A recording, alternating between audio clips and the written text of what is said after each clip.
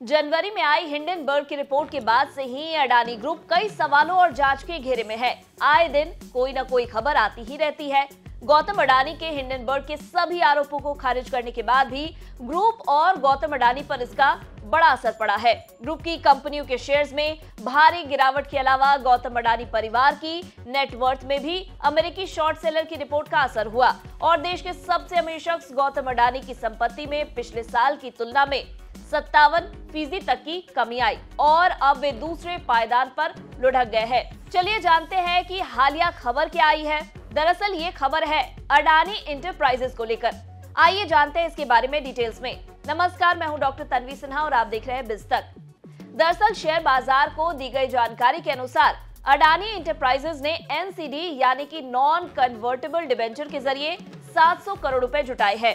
Company ने 70,000 secured, unrated, unlisted, redeemable, non convertible debenture जारी करके ये रकम जुटाई है। बता दें, इन एनसीडी की फेस वैल्यू 1 लाख रुपए है और इन्हें प्राइवेट प्लेसमेंट के आधार पर जारी किया गया है। हालांकि इन पैसों का इस्तेमाल कंपनी कैसे करेगी, इसको लेकर कोई जानकारी नहीं दी गई है। एनसीडी या नॉन कन्वर्टेबल डिबेंचर ऐसा फाइनेंशियल इंस्ट्रूमेंट होता है जिसे कंपनियां जारी करती है।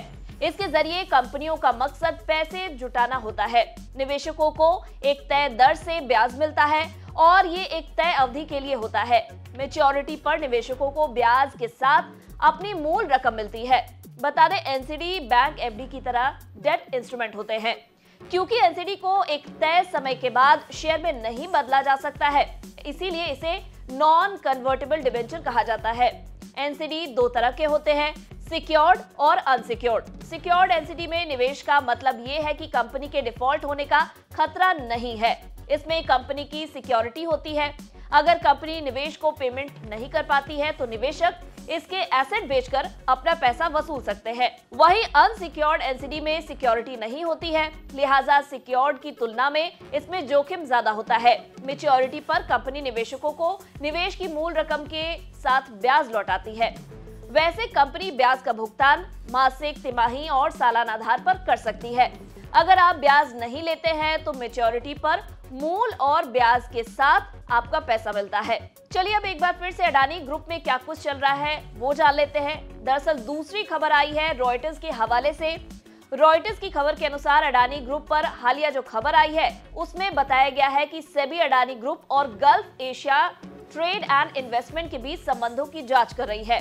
इस फंड का गठन ब्रिटिश वर्जिन आइलैंड्स में किया गया है और इसका मालिकाना हक दुबई के बिजनेसमैन नासिर अली शबन अली के पास बताया जा रहा है। दरअसल हिंडनबर्ग की रिपोर्ट में आरोप लगाया गया है कि ऑफशोर शेल कंपनियों के जरिए शेयरों को जबरदस्ती बढ़ाया गया है। वहीं रिपोर्ट के मुताबिक गल्फ एशिया ने भी ग्रुप की कंपनियों में निवेश किया है। अब सेबी जांच कर रही है कि क्या इस फंड के जरिए हुई किसी डील में शेयर ओनरशिप नियम का उल्लंघन तो नहीं किया गया है।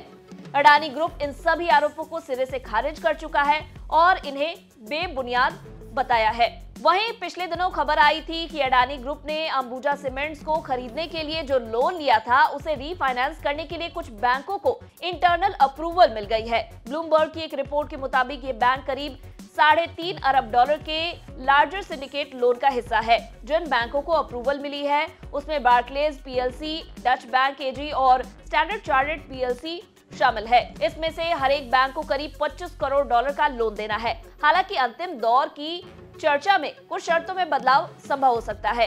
कंसोर्टियम में शामिल कुछ बैंक $40 करोड़ तक लोन देने के लिए बात कर रहे हैं।